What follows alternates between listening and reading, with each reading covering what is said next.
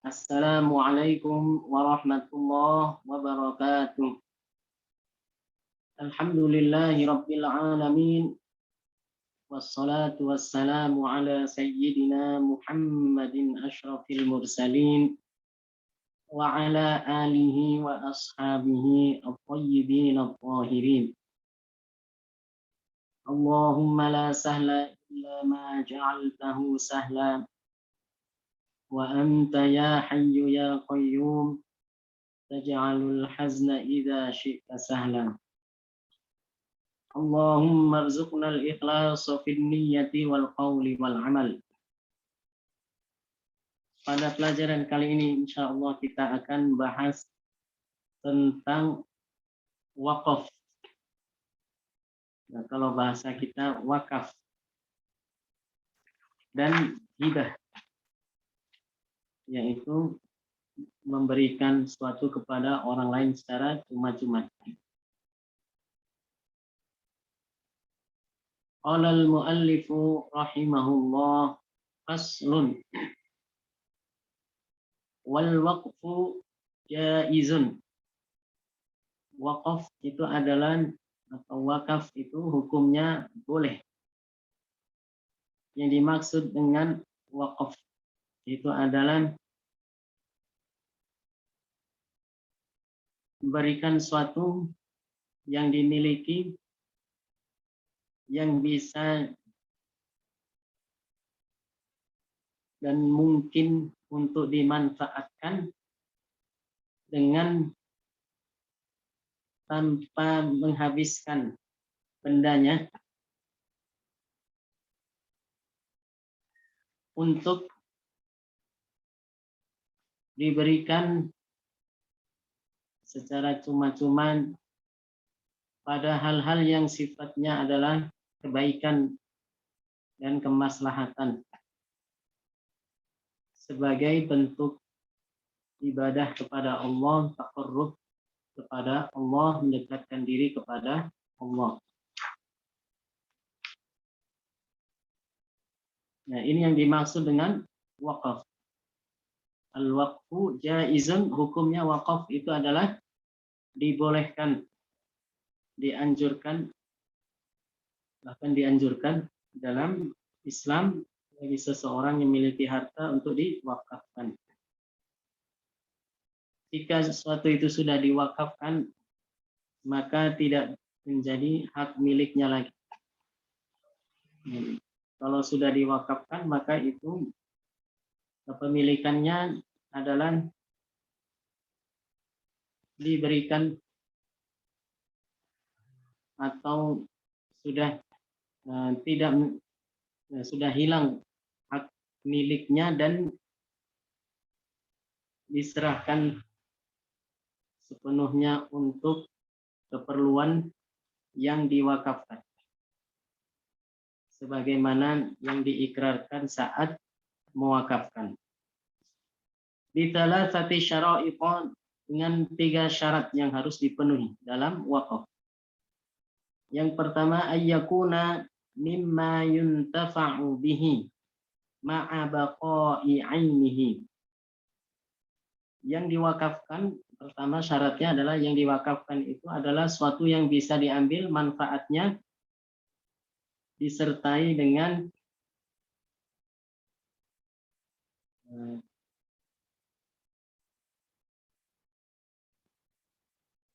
kekalnya atau tidak habisnya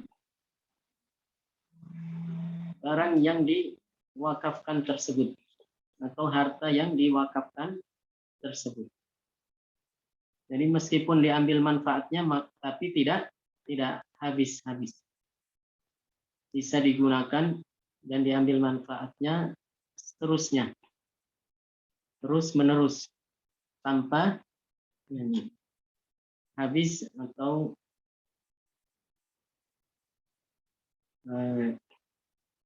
barang atau harta tersebut meskipun diambil manfaatnya tidak habis. Itu syarat yang pertama, yaitu yang bisa diambil manfaatnya dan harta tersebut tidak habis, masih tetap ada seterusnya, selamanya. Itu yang boleh diwakafkan. Misalnya contohnya orang mewakafkan tanah, misalnya untuk masjid. Maka tanahnya itu seterusnya akan digunakan untuk pelaksanaan sholat. Ya, orang yang mewakafkan tanahnya untuk masjid, maka tempat tersebut menjadi masjid hukumnya secara hukum, meskipun belum dibangun. Dan ada orang wakaf kebun untuk masjid. Di kebun tersebut ditanam sebelumnya ada tanaman rambutan, ada pohon rambutan misalnya, ada pohon-pohon yang lain. Maka orang yang duduk di situ diam dengan niat iktikaf karena itu sudah diwakafkan untuk masjid, maka dapat pahala beriktikaf karena hukumnya adalah sudah menjadi masjid karena sudah diwakafkan untuk masjid, meskipun belum dibangun bangunan di atas tanah tersebut. Dan ini yang dimaksud dengan hukum wakaf itu, secara kepemilikan hartanya sudah tidak menjadi milik orang yang mewakafkan. Para ulama yang menyebutkan itu sudah menjadi milik Allah Subhanahu wa taala, digunakan untuk kepentingan sesuai dengan yang disyaratkan dalam ikrar wakafnya. Jika orang mewakafkan untuk pondok pesantren, maka digunakan untuk pondok pesantren, tidak boleh digunakan untuk selainnya. Jika orang mewakafkan untuk masjid, maka digunakan untuk masjid, tidak boleh dimanfaatkan untuk selainnya. Dan yang lain-lain contoh. Maka wakaf ini harus barang atau harta yang tidak habis, tidak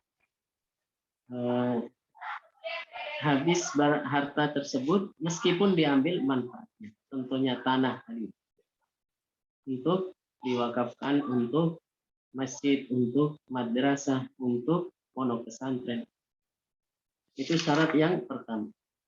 Yang kedua, wa an yakuna ala aslin mawjudin wa far'in la yanqati'.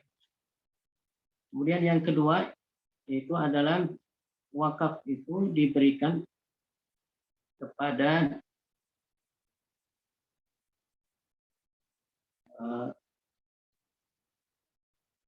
orang yang ada, atau diberikan untuk suatu yang maslahat yang tidak ada dan tidak habis, tidak ada habisnya, bisa seterusnya. Misalnya orang mewakafkan tanah untuk Zaid,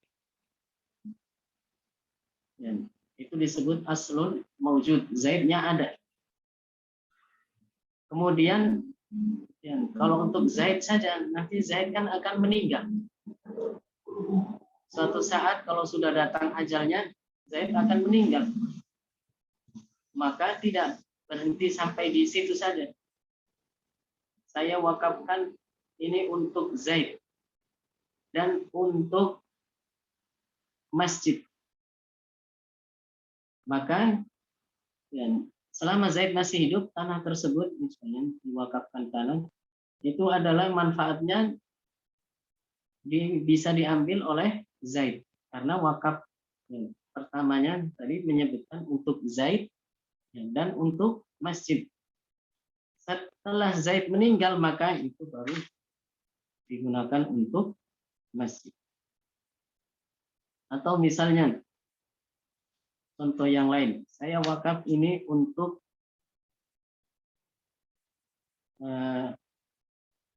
Zaid dan untuk orang fakir. Maka tanah tersebut ya, manfaatnya adalah boleh diambil oleh Zaid. Bukan Zaid itu memiliki. Ya, perhatikan perbedaannya. Tadi kan disebutkan hak miliknya sudah hilang. Dan hak milik tidak berpindah kepada ya, orang yang diberikan wakaf itu. Hanya pemanfaatannya saja yang dia berhak atas apa yang diwakafkan itu. Sementara hak miliknya itu adalah menjadi milik Allah Subhanahu wa taala. Maka ketika contoh tadi saya misalnya ada orang mengatakan saya wakaf ini untuk Zaid. Maka Zaid hanya berhak atas manfaatnya saja. Tanah yang ditanami rambutan, maka sepanjang Zaid itu masih hidup, rambutan yang buah ya rambutan yang dihasilkan dari pohon-pohon yang ada di kebun yang sudah diwakafkan, tanah yang sudah diwakafkan itu adalah berhak diambil oleh Zaid, manfaat dari tanah tersebut untuk Zaid. Misalnya ada orang yang menyewa tanah tersebut, maka yang untuk ditanami tanaman. Maka manfaat ya, karena menyewa itu kan mengambil manfaatnya saja. Manfaatnya itu digunakan oleh Zaid. Sampai Zaid meninggal, maka baru baru tanah tersebut digunakan untuk yang wakaf yang tidak ada habis. Tadi dicontohkan, saya wakaf tanah ini untuk Zaid dan untuk orang-orang fakir. Maka setelah Zaid meninggal, manfaat dari tanah tersebut adalah diberikan untuk orang-orang yang fakir. Jadi setiap ada orang fakir datang minta bantuan, maka diambilkan dari situ hasil dari tanah yang diwakafkan. Ya, orang fakir kan terus menerus ada. Jadi setiap masa di setiap zaman selalu ada orang yang fakir.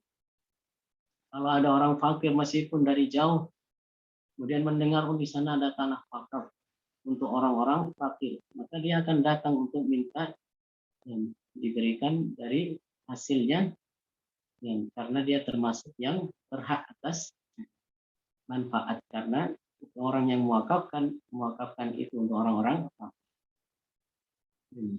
Sering diceritakan oleh para masyayikh itu dulu di Turki itu orang yang menuntut ilmu itu dibiayai sepenuhnya dengan hasil dari wakaf. Ada tanah diwakafkan oleh orang yang mewakafkan, oleh beberapa orang yang mewakafkan. Ini perkebunan itu diwakafkan untuk tulabul ilm, para penuntut ilmu. Jadi kalau ada orang yang ingin belajar menuntut ilmu seperti di sini di pondok pesantren, itu biayanya dari situ semuanya. Diambilkan dari hasil yang dihasilkan, manfaat yang diperoleh dari tanah yang diwakafkan. Bahkan katanya sampai menikah pun ya, diambilkan dari situ. Kalau dia masih menuntut ilmu. Ya, untuk kebutuhan hidup dia, kebutuhan keluarganya, kalau punya anak, tapi dia masih menuntut ilmu, diambilkan dari situ. Jadi semuanya itu jika dilaksanakan sesuai dengan hukumnya, maka akan ada banyak kemudahan dan akan bisa menjadikan kesejahteraan bagi mereka yang membutuhkan, bagi mereka yang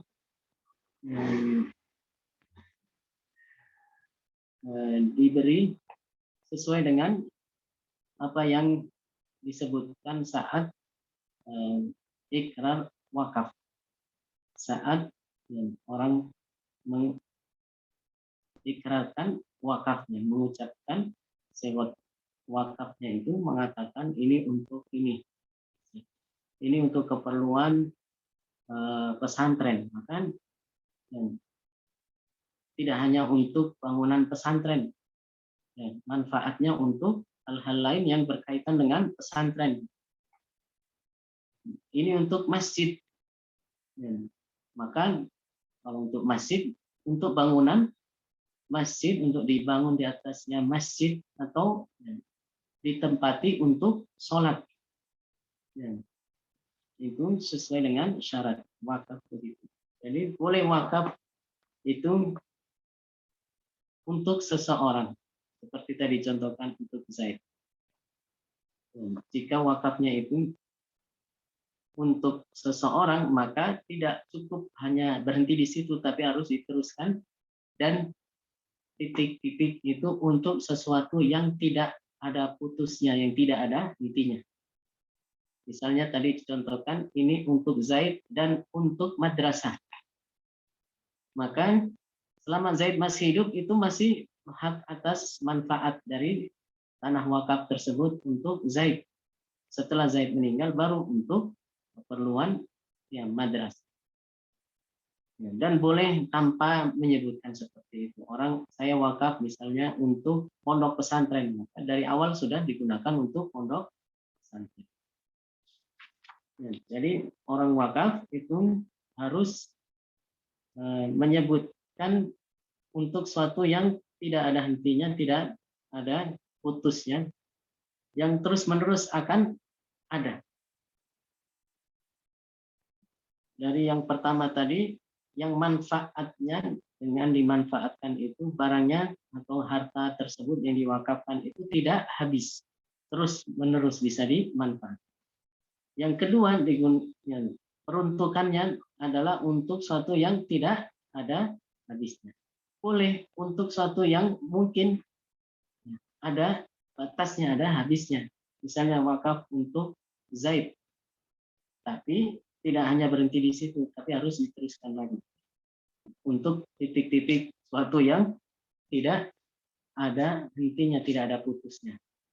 Di setiap waktu, di setiap masa, di setiap generasi akan selalu ada. Secara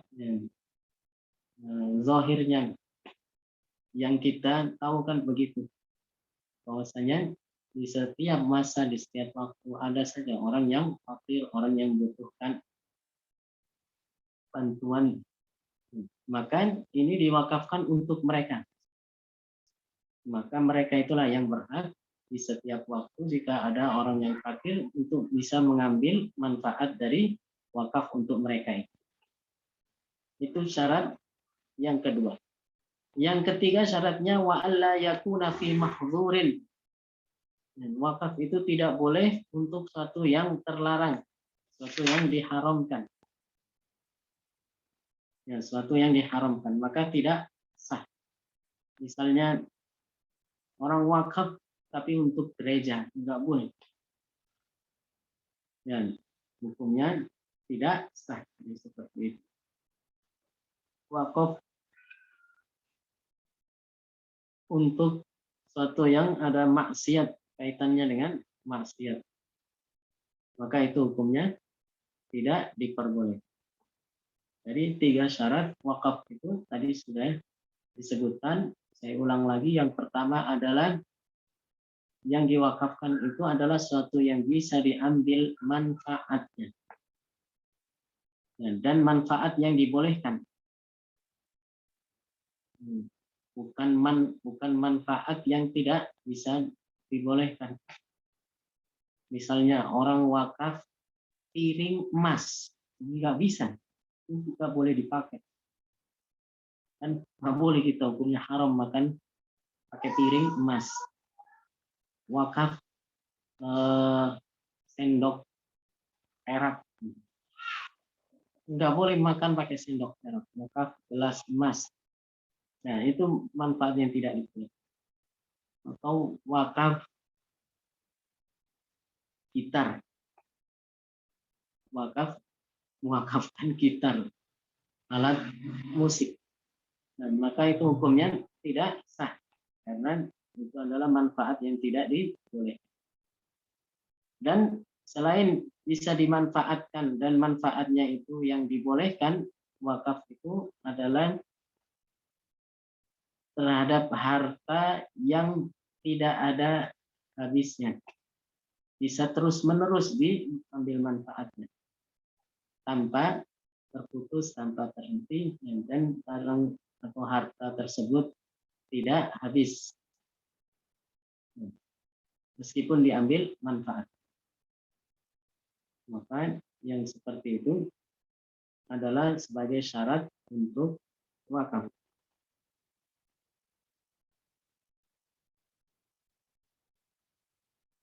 Ya, maka tidak bisa wakaf nasi kebuli. Mau diapain kalau ya, nasi kebuli, kecuali dimakan. Kalau dimakan udah habis, maka tidak bisa wakaf.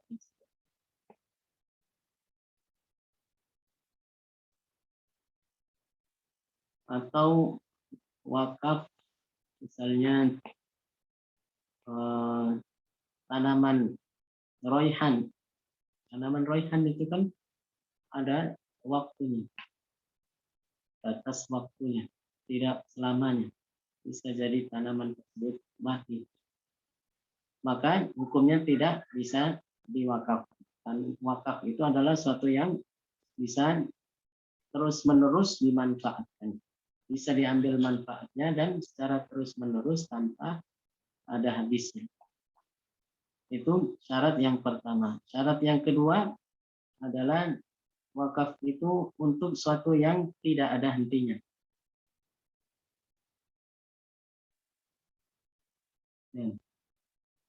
Setiap waktu selalu ada. Boleh jika wakafnya itu untuk seseorang misalnya. Tapi dengan syarat tidak berhenti di situ, tapi diteruskan kemudian dan untuk suatu yang sekiranya tidak ada habisnya, tidak ada hentinya, akan terus menerus sampai Allah menghendaki hancurnya dunia dan Allah menghendaki terjadinya kiamat, itu maksudnya.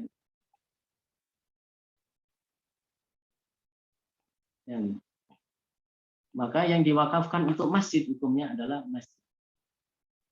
Meskipun sekarang jadi gereja, seperti di Andalusia, di Spanyol, di Portugal, itu kan banyak di sana dulu bekas masjid, sekarang di Cordova katanya ada dulu adalah masjid itu bangunan, tapi sekarang jadi gereja. Makanya bentuk bangunannya bentuk bangunan masjid, cuma sekarang jadi gereja. Itu hukumnya masih hukum masjid. Kalau orang sholat di situ, ya sama seperti sholat di masjid. Ya, meskipun sekarang udah jadi gereja. Karena tanahnya itu dulu wakaf untuk masjid, maka hukumnya adalah tetap hukum masjid.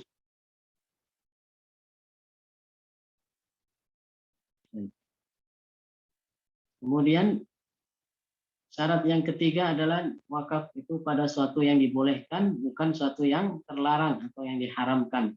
Tidak boleh orang wakaf untuk perbuatan maksiat. Tidak boleh orang wakaf untuk dibangun gereja, tanah untuk dibangun gereja. Tidak diboleh.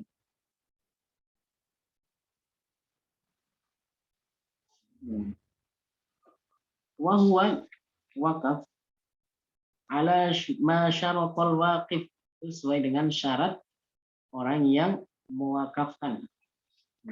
Wakaf itu harus diberikan sesuai dengan syarat yang orang yang mewakafkan itu.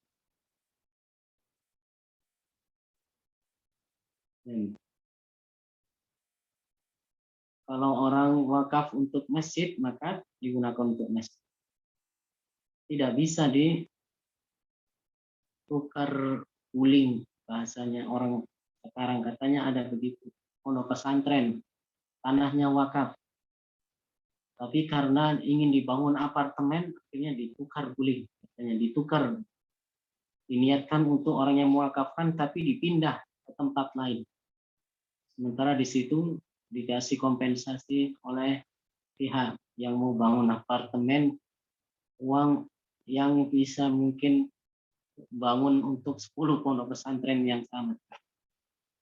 Meskipun mau diganti sebanyak apapun, itu sudah dipakai dan sudah disyaratkan oleh pewakilnya untuk keperluan tertentu, untuk maslahat tertentu, maka tidak bisa. Ya, kemarin ada kasus di Tebet, ada salah satu di antara jamaah kita yang ditanya, ada musola, dan itu sebenarnya wakaf. Ya, jadi hukumnya hukum masjid. Cuma ada orang lain yang kaya raya bangun di dekat situ. Ya, ini mau dihancurkan yang lama ini, biar orang-orang itu pindah ke masjid yang besar. Dan kemudian tapi tidak dimasukkan ke bangunan masjid, mau dimanfaatkan untuk jalan masuk masjid saja tanahnya. Padahal tanahnya kan yang mewakafkan untuk masjid, untuk dipakai sholat. Maka yang seperti itu ditanyakan kepada para masyayikh, hukumnya tidak boleh. Ya. Kalau mau maka itu dimasukkan dalam bangunan masjid. Ya. Dimasukkan ke dalam bangunan masjid. Jangan ya, cuma dijadikan sebagai jalan masuk untuk ke masjid. Karena yang sudah diwakafkan untuk masjid, hukumnya harus digunakan untuk masjid. Katanya sampai orangnya sudah yang anak yang mengelola gitu, dari wakaf bapaknya itu sudah yang ridho, seandainya mau dikasih kompensasi uang, dia juga nggak masalah menerima. Tapi yang ditanyakan pada para masyayikh, hukumnya tidak diperbolehkan. Karena dalam hadis disebutkan Rasulullah Shallallahu Alaihi Wasallam bersabda, al-muslimuna inda syurutihim. Artinya apa yang diwakafkan oleh orang-orang Islam itu harus dipergunakan sesuai dengan syarat yang mereka sebutkan.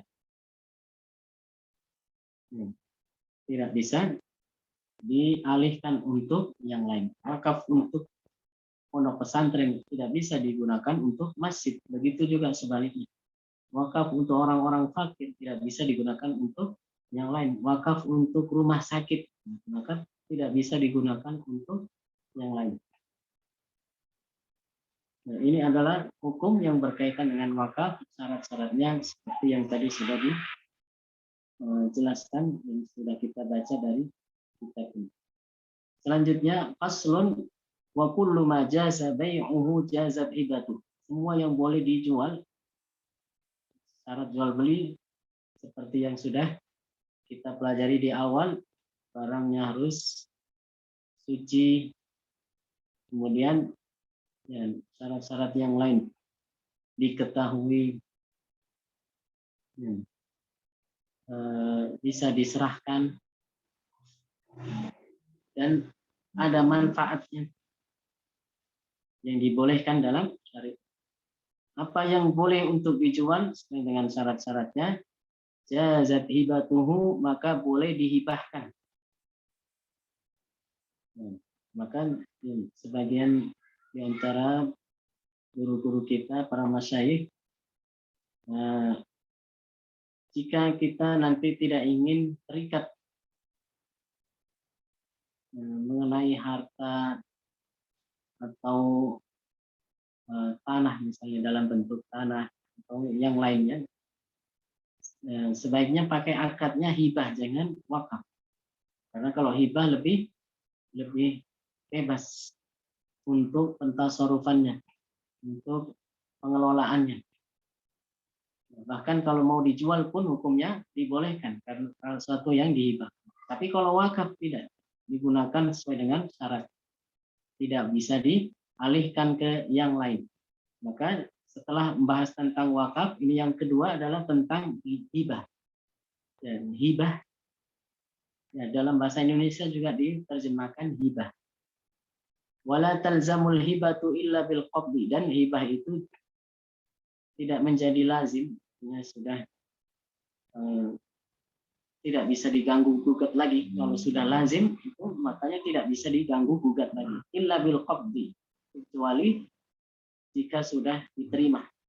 Kalau ada orang menghibahkan sesuatu ke orang lain, maka itu menjadi lazim kalau sudah diterima oleh pihak orang yang menerima, oleh si penerima hibah. Saya hibah kepada Zaid motor, ini saya hibahkan ke kamu. Ya, kemudian saya serahkan. Setelah itu sehari kemudian saya berubah pikiran. Saya tarik lagi, nggak jadi saya hibah, nggak bisa. Karena kalau sudah diterima itu hukumnya jadi lazim, tidak bisa diganggu gugat lagi. Adapun kalau misalnya saya mau hibah kepadamu motor, Zaid, saya mau hibah ke kamu motor, tapi belum saya serahkan, motornya masih dijonggol. Kata Zaid, mana motornya?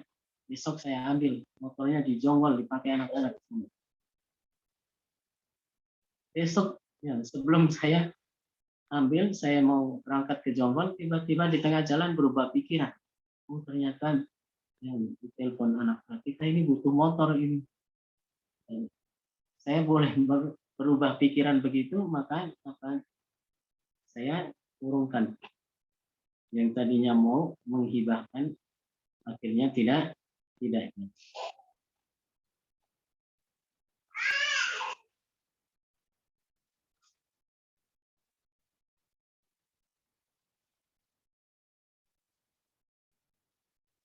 Wa idza qabadaha al-mawhubu lahum, jika sudah diterima oleh orang yang menerima hibah, penerima hibah, lam yakun lil wahibi an yarji'a fiha, maka tidak boleh bagi orang yang menghibahkan untuk menarik kembali. Kalau sudah diterima maka tidak bisa menarik kembali. Illa an yakuna walidan, kecuali jika yang menghibahkan adalah bapak kepada anaknya. Jadi ada bapak menghibahkan suatu harta kepada anaknya. Meskipun itu sudah diserahkan, seminggu kemudian bapaknya udah nggak jadi, saya masih butuh. Ditarik lagi, hukumnya tidak apa. Jadi yang boleh dijual belikan maka itu boleh dihibahkan. Ya, syarat hibah itu seperti syarat-syarat yang ada di jual beli.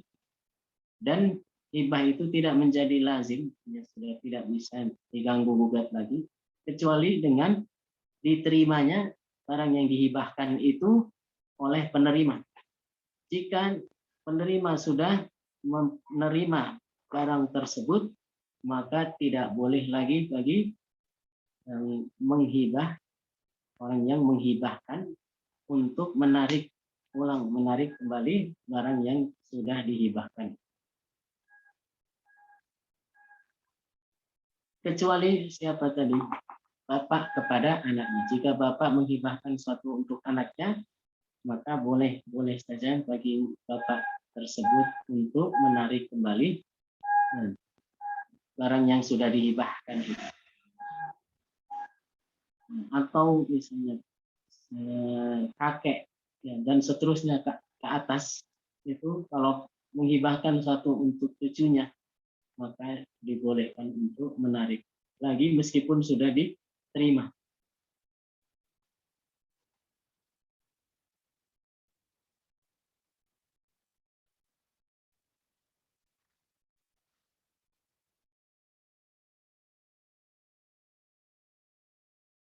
A'mara syai'an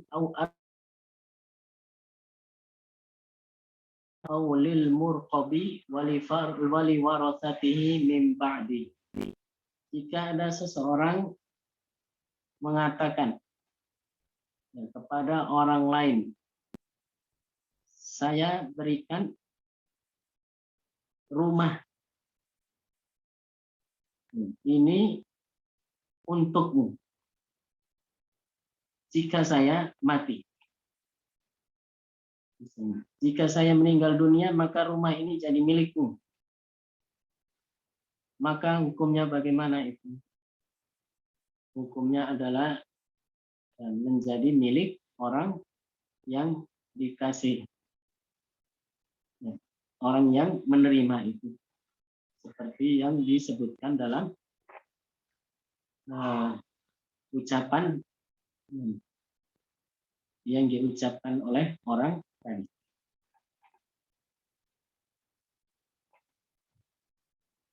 Atau misalnya dia mengatakan ini, jika kamu mati sebelum saya, jika saya mati sebelum kamu, saya duluan yang mati, maka rumah ini untukmu. Jika kamu yang mati duluan, saya belakangan, maka nggak jadi. Nah, maka ini hukumnya apa? Hukumnya syarat-syarat yang disebutkan tadi itu hukumnya tidak dianggap. Nah,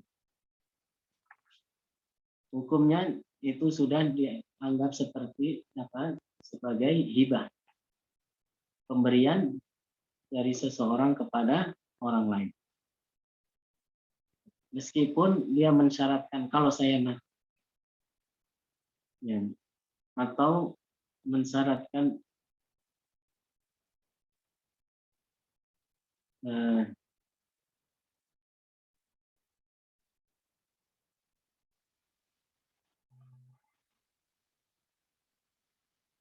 atau dia mengatakan gini, saya berikan rumah ini untukmu selama kamu masih hidup. Ya. Maka itu ya, hukumnya menjadi hak milik dia, dan dia sebagai penerima hukumnya seperti hibah. Dan ya, kalau dia meninggal, maka itu hukumnya adalah milik, menjadi milik ahli warisnya. Syarat-syarat yang disebutkan itu tidak dianggap. Ini biasa dilakukan di Arab, itu namanya i'mar dan irqab, a'maro arqaban. Di sini disebutkan dalam matan idza a'maro syai'an, jika seseorang meng'imar suatu harta. Contohnya, misalnya mengatakan seperti tadi, saya berikan rumah ini untukmu selama kamu hidup. Maka hukumnya jadi apa? Jadi hibah. Jadi milik penerima itu. Tanpa memperhatikan syarat selama dia hidup. Tapi meskipun dia sudah meninggal, maka diberikan kepada ahli waris. Ini hukumnya sama dengan hibah, ya, dan tidak dianggap syarat-syarat yang disebutkan. Atau ya, mengatakan gini, arqabtuka hadhihi dar, saya menjadikan rumah ini rukbah untukmu. Dan artinya apa? Kalau saya mati duluan, maka rumah ini untukmu.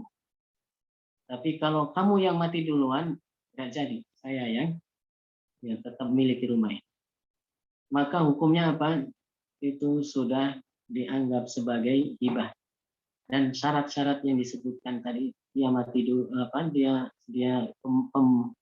pemberinya itu mati duluan dan penerimanya mati belakangan, itu semuanya yang tidak dianggap lagi. Ini sudah dimasukkan hukum hibah. Tidak diperbolehkan beri suatu tapi pakai syarat-syarat begitu. Kalau kamu mati duluan, ya nggak jadi. Tapi kalau saya yang mati duluan, ini jadi milik. Ya, tidak dibolehkan yang seperti itu. Ya, syarat-syarat yang diucapkan itu tidak tidak dianggap. Ini hukum termasuk yang dijelaskan para ulama dalam masalah hibah. Artinya jika orang memberikan sesuatu tidak boleh dibatasi hanya selama dia hidup saja. Nanti setelah dia mati atau meninggal dunia kembali lagi kepada yang menghibahkan. Tidak. Kalau seperti itu maka udah jadi hibah dan jadi hak milik penerimanya. Jika yang menerima itu meninggal dunia, maka itu diwarisi oleh ahli warisnya. Tidak dikembalikan lagi kepada yang pemberi atau penghibah yang pertama. Atau dengan mensyaratkan seperti mengatakan, jika kamu yang mati duluan, maka enggak, saya berikan rumah ini untukmu. Tapi jika saya yang mati duluan, maka kamu berhak atas rumah ini. Rumah ini jadi milik kamu. Yang seperti itu juga dianggap sebagai hibah. Dia berlaku hukum hibah, artinya menjadi milik penerima dan tidak dianggap syarat-syarat yang tadi disebut.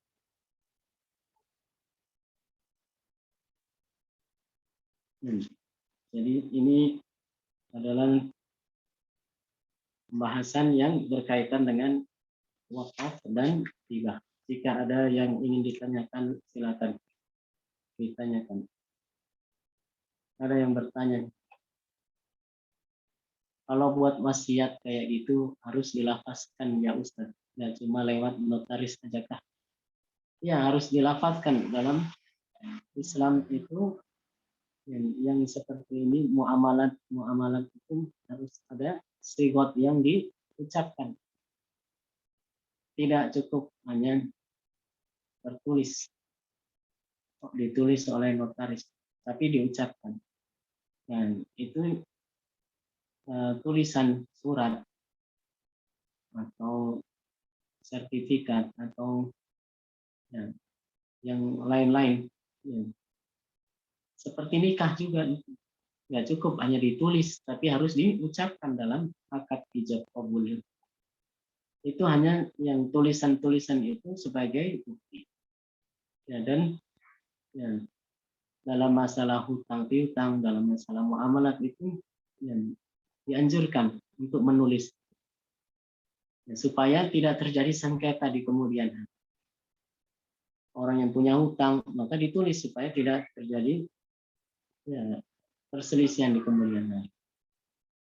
Kalau ada orang tua mewakafkan sebidang tanah ataupun berupa harta benda kepada anak kandungnya, dan apakah wakaf itu akan turun temurun ke cucu-cucunya kelak? Apakah tanah atau harta benda yang diwakafkan orang tuanya itu boleh dijual? Turun ke anak-anaknya. Kalau dia mewakafkan untuk anak-anaknya, maka dibagi antara anak-anaknya, dan kemudian kalau anak-anaknya meninggal maka turun ke cucu dan cicitnya. Begitu seterusnya dan tidak ada habisnya. Ya. Sampai ya, turun temurun.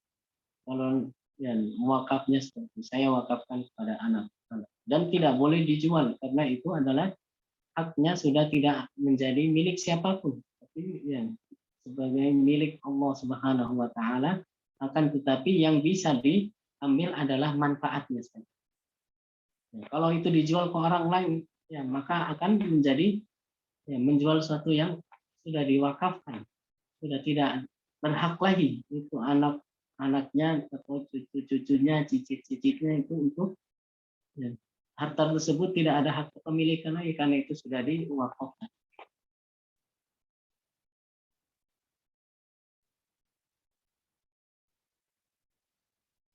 Kalau isi wasiat itu untuk mewakafkan rumah, tapi ahli waris nggak setuju, bagaimana?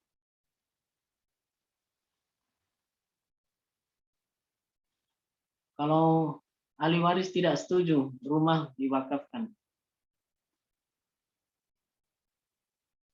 Nah, kalau sudah diwakafkan, maka dan hukumnya tidak bisa ya, ditarik lagi. kalau itu memang adalah wakaf. Dan adapun kalau wasiat, dan itu tergantung pada ahli waris. Kalau lebih dari sepertiga, maka boleh mereka yang tidak menyetujuinya. Hanya sepertiga harta saja. Kalau wasiat. Tapi kalau wakaf, ya maka hukumnya tidak bisa lagi.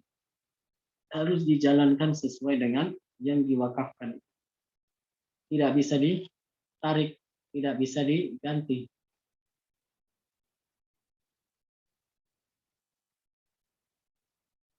Jika isi wakaf itu bisa dirubah nggak? Tidak bisa. Ya, harus sesuai dengan yang disyaratkan saat wakaf. Misalnya wakaf tanah untuk masjid, ternyata ada pelebaran jalan sehingga makan tanah. Ya, ini juga tidak bisa. Ini yang saya contohkan tadi itu terjadi di Tebet beberapa waktu yang lalu. Ditanyakan kepada Syekh, tidak bisa. Ya, meskipun yang mewakafkan itu masih hidup, tidak bisa. Makanya kalau mau wakaf, ya, harus secara sesuai, yang dikelola sesuai dengan yang disyaratkan. Tidak bisa digunakan untuk yang lain, tidak bisa dialihkan, ya, berikutnya untuk yang lain. Ya, jika pemerintahnya mengerti, pelaksana ya, pembangunan itu mengerti, kemudian ada pelebaran jalan, maka ya, tentunya dengan cara-cara yang sekiranya tidak melanggar hukum. Yang ada ini kan kebanyakan apa? Pemerintahan itu tidak peduli mau hukum Islam begini, mau hukum Islam begitu. Yang penting itu rencana pembangunannya begitu, udah dibablas, dibabat habis. Meskipun itu di situ bangunan masjid dilebarin, dicari alasan-alasan. Yang ada alasan katanya badan wakaf itu ditukar guling atau di rislah atau di apa bahasa mereka. Itu zaman Belanda, dari zaman Belanda dulu begitu. Yang dibuat undang-undang seperti itu yang tidak sesuai dengan hukum Islam. Jangankan di Indonesia, di Saudi Arabia juga begitu. Ya, di Mekah kemarin kan kita tanyakan, di Mekah itu kan di Masjidil Haram itu sampai pelebaran terus. Itu tidak digunakan untuk masjid, padahal dulu ada bangunan masjid di situ. Apa kata Syekhnya, mereka itu tidak memperhatikan hukum dan pemerintahannya itu yang penting bisa menampung banyak orang, digunakan ya, untuk pelebaran perluasan, tapi tidak dipakai untuk masjid. Padahal dulu di situ wakafnya untuk masjid. Ada ya, bangunan yang dulunya masjid, sekarang udah nggak ada lagi. Tanahnya dibuat tanah kosong aja buat orang jalan mau datang ke masjid. Ya, mereka itu tidak perhatikan hukum Islam, tidak memperhatikan hukum-hukum wakaf. Mereka seenaknya sendiri merancang, membangun, dan tanpa memperhatikan hukum-hukum Islam, mengabaikan hukum-hukum di dalam Islam. Coba kalau pemerintahan seperti zaman dahulu, khalifah yang mengerti tentang hukum, menjalankan dan taat terhadap hukum Islam, kan banyak solusi. Lebih baik menggusur tanah rumah orang, dikasih kompensasi besar, daripada menggusur masjid. Dosanya bagaimana nanti dipertanggungjawabkan di akhirat. Masa tanah kanan kirinya masih luas. Meskipun ya, kenapa mereka berani menggusur rumah? Ya. Kenapa mereka tidak berani menggusur rumah, tapi malah beraninya menggusur masjid? Ya. Jalan itu kan bisa dibelokkan. Ya. Dibelokkan sedikit itu kan nggak pengaruh. Kalau dia tidak tahu tanah yang dibeli developer adalah tanah wakaf.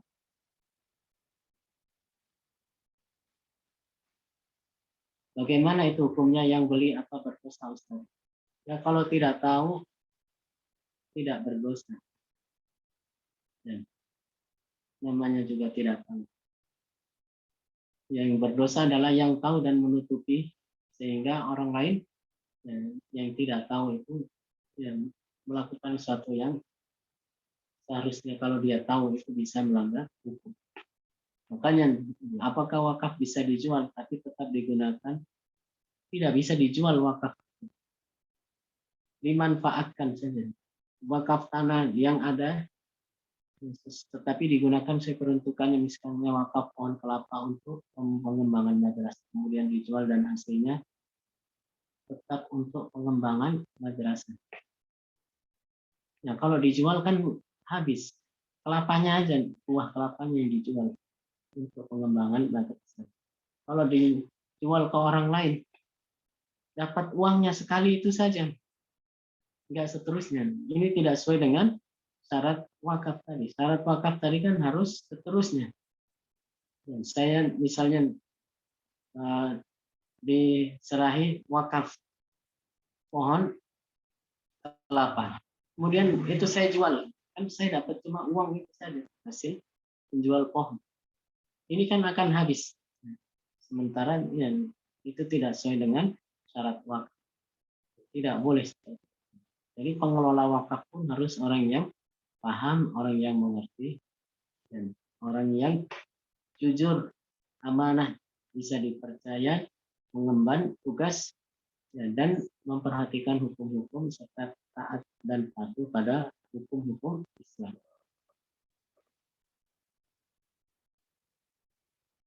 Ya, makanya tadi disebutkan bahwasanya untuk lebih seseorang bisa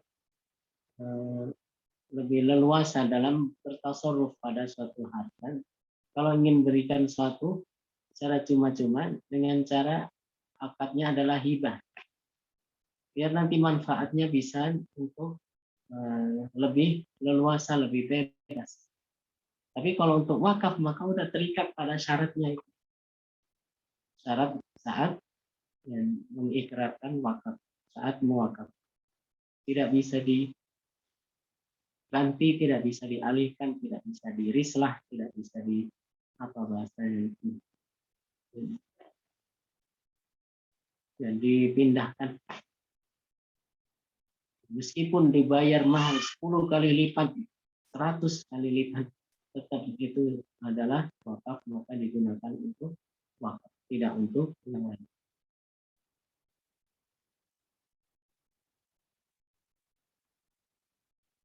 Kalau sudah, mari kita tutup dengan baca tahlil dan sholawat. La ilaha illallah, Allahumma salli ala sayyidina Muhammad wa ala alihi wa sahbihi wa sallim. Rabbi firli walil mu'minina wal mu'minat walhamdulillahi rabbil alamin. Assalamualaikum warahmatullahi wabarakatuh.